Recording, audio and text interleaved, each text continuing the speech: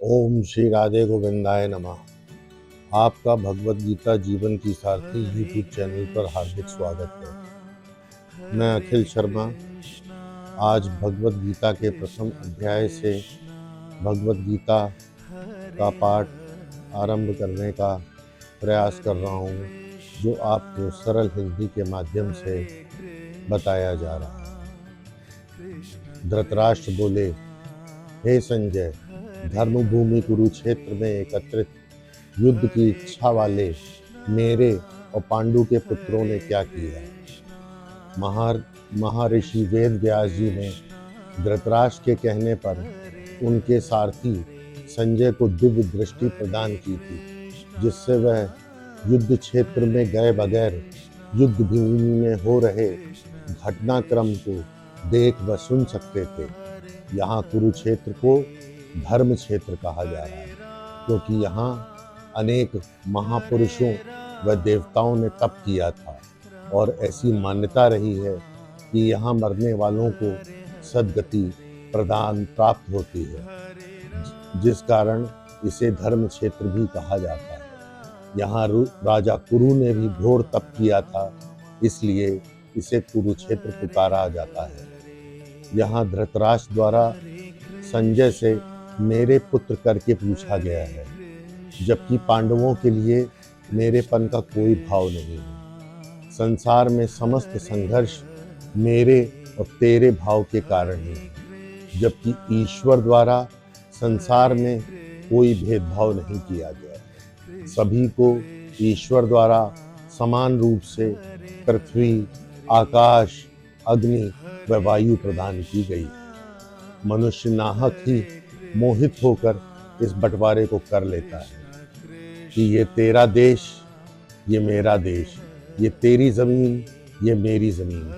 मनुष्यों ने न केवल पृथ्वी का ही बंटवारा कर लिया है, अपितु जल व आकाश का भी बंटवारा कर लिया। यही भेदभाव ही सारे संघर्ष को जन्म देता है, जिसका एक उदाहरण महाभारत का युद्ध है। यहाँ धृतराष्ट्र को अपने पुत्रों के प्रति मोह था, प्रेम नहीं। यहाँ मोह और प्रेम के भेद को समझना आवश्यक है। प्रेम तो सबके प्रति समान रूप से होता है, जबकि मोह कुछ व्यक्तियों, वस्तुओं या पदार्थों के प्रति होता है। संजय ने धृतराष्ट्र को उत्तर दिया। उस समय राजा दुर्योधन ने पांडवों की व्यूह रचना को देखकर द्रोणाचार्य के पास जाकर यह कहा कि हे आचार्य, आप अपने बुद्धिमान शिष्य द्रुपद के पुत्रों के द्वारा व्यूह रचना युक्त पांडवों के पुत्रों की यह महान सेना देखिए। इस सेना में, इस युद्ध में लड़ने वाले भीम और अर्जुन के समान महान धनुर्धारी व वीर, सात्विकी, विराट, महारथी द्रुपदराज, दृष्टकेतु, चेकितान, वीरवान काशीराज, पुरुजुत, कुंती भोज और मनुष्यों में श्रेष्ठ शैब्य, पराक्रमी युधामन्यु, वीरवान उत्तमौजा, सुभद्रा पुत्र अभिमन्यु एवं द्रौपदी के 5 पुत्र। ये महारथी प्राचीन काल में उस योद्धा को कहा जाता था जो अकेले ही युद्ध में 10,000 योद्धाओं से लड़ने की क्षमता रखता था। आगे दुर्योधन द्रोणाचार्य से कहता है, हे ब्राह्मण श्रेष्ठ, आप हमारी सेना के भी प्रधान नायकों को जान लीजिए। हमारी सेना में आप, भीष्म पितामह, कर्ण, युद्ध में जीतने वाले कृपाचार्य, अश्वत्थामा, विकर्ण, सोमदत्त का पुत्र भूरिश्रवा और जयद्रथ हैं। और इसके अलावा और भी बहुत से शूरवीर मेरे लिए अपना जीवन त्यागने को तैयार हैं। और ये सभी विविध प्रकार के अस्त्र शस्त्रों से सुसज्जित व युद्ध में निपुण हैं। पितामह भीष्म के द्वारा रक्षित हमारी यह सेना पर्याप्त है, किंतु पांडवों की सेना भीम के द्वारा रक्षित होते हुए भी इस युद्ध के लिए अपर्याप्त है। यहाँ दुर्योधन को इस बात का अभिमान है कि उसके पास पांडवों की अपेक्षा अधिक विशाल और बड़ी और शक्तिशाली सेना है। कौरवों के पक्ष में 11 अक्षौणी सेना है, जबकि पांडवों के पक्ष में 7 अक्षौणी सेना है।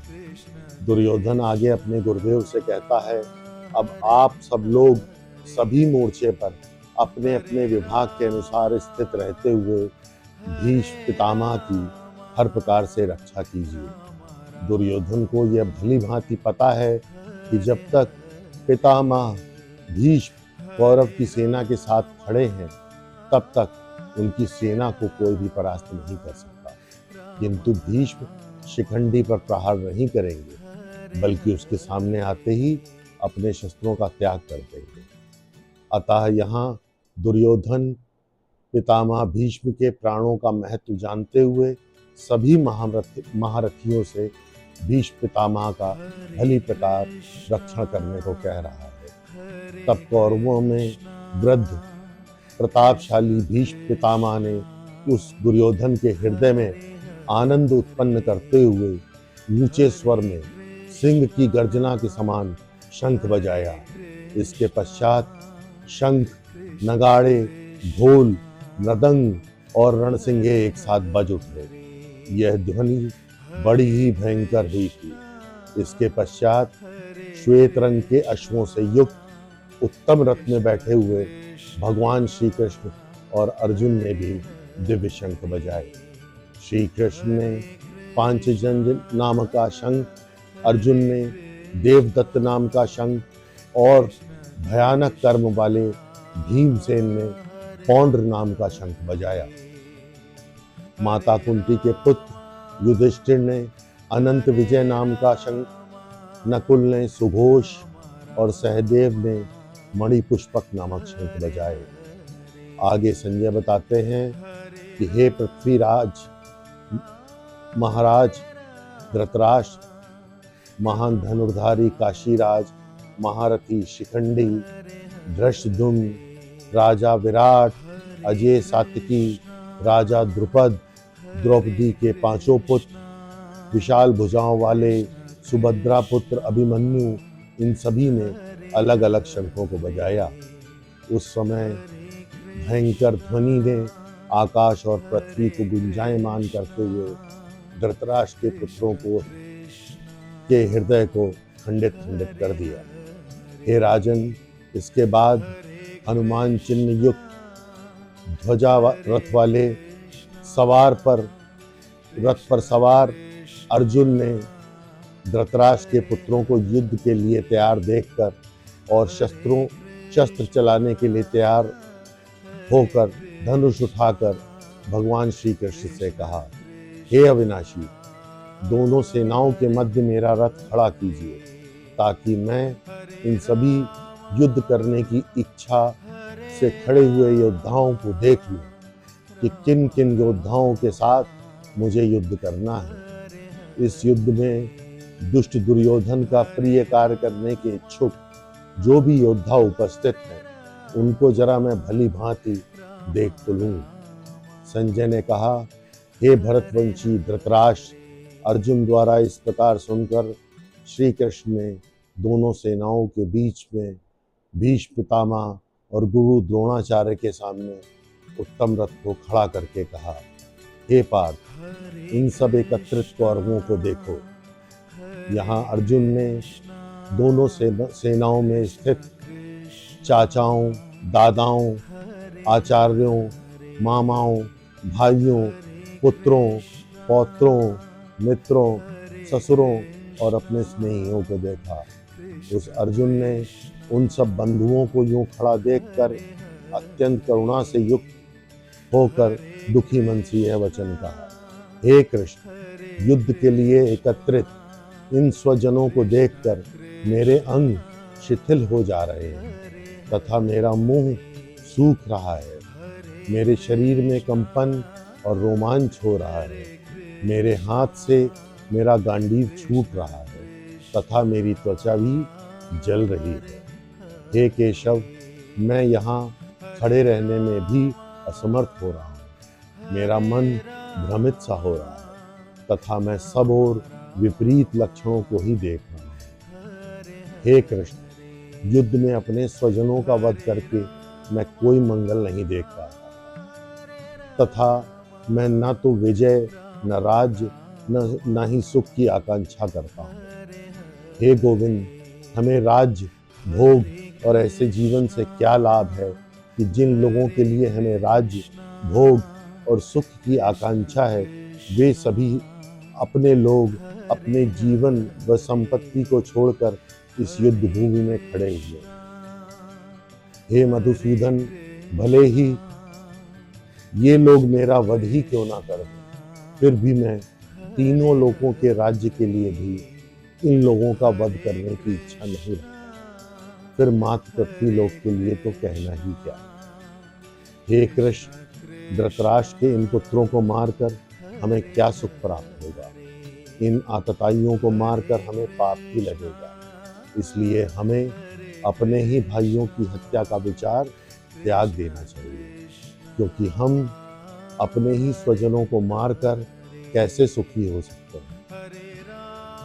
यद्यपि लोभ से भ्रष्ट ये लोग कुल के नाश से उत्पन्न दोषों को और मित्रों से विरोध करने में पाप को नहीं देखते, तो भी हे जनार्दन, कम से कम हम लोगों को तो कुल के नाश से उत्पन्न दोषों को जानते हुए इस पाप से हटने का प्रयास करना चाहिए। कुल के नाश से तो सनातन धर्म, कुल धर्म नष्ट हो जाते हैं तथा धर्म के नाश होने पर संपूर्ण कुल में पाप फैल जाता है। अधर्म के बढ़ जाने पर कुल की स्त्रियां दूषित हो जाती हैं और दूषित स्त्रियों के होने से जाति मिश्रण अर्थात वर्ण संकर उत्पन्न होता है। ऐसा वर्ण संकर कुल घातियों और कुल को नरक में ले जाने के लिए होता है, क्योंकि इन लोगों की श्राद्ध, तर्पण आदि की क्रियाएं समाप्त होने से पितृलोक पतन को प्राप्त होते हैं। कुल नाशकारियों के ऐसे जाति मिश्रण अर्थात वर्ण संकर को उत्पन्न करने वाले दोषों से सनातन जाति धर्म और कुल धर्म नष्ट हो जाते हैं। हे जनार्दन, कुल धर्म नष्ट हो जाने से मनुष्यों का वास निश्चित रूप से नरक में होता है और हम ऐसा सुनते आए हैं। हाय, ये कितने शोक की बात है कि हम राज्य सुख के लोभ में हम अपने स्वजनों की हत्या जैसा महापाप करने को तैयार हो गए। युद्ध के इन दोषों को जानकर मैं शस्त्रहीन यदि इन शस्त्रधारी धृतराष्ट्र के पुत्रों द्वारा मारा भी जाता हूँ, तो भी वह मेरे लिए अधिक कल्याणकारी होगा। संजय ने कहा, अर्जुन इस प्रकार कहकर बाण सहित धनुष को त्याग कर दुखी मन से रथ के पिछले हिस्से में जाकर बैठ गया।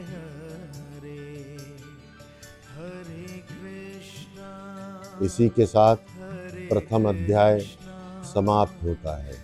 ओम श्री राधे गोविंदाय नमः।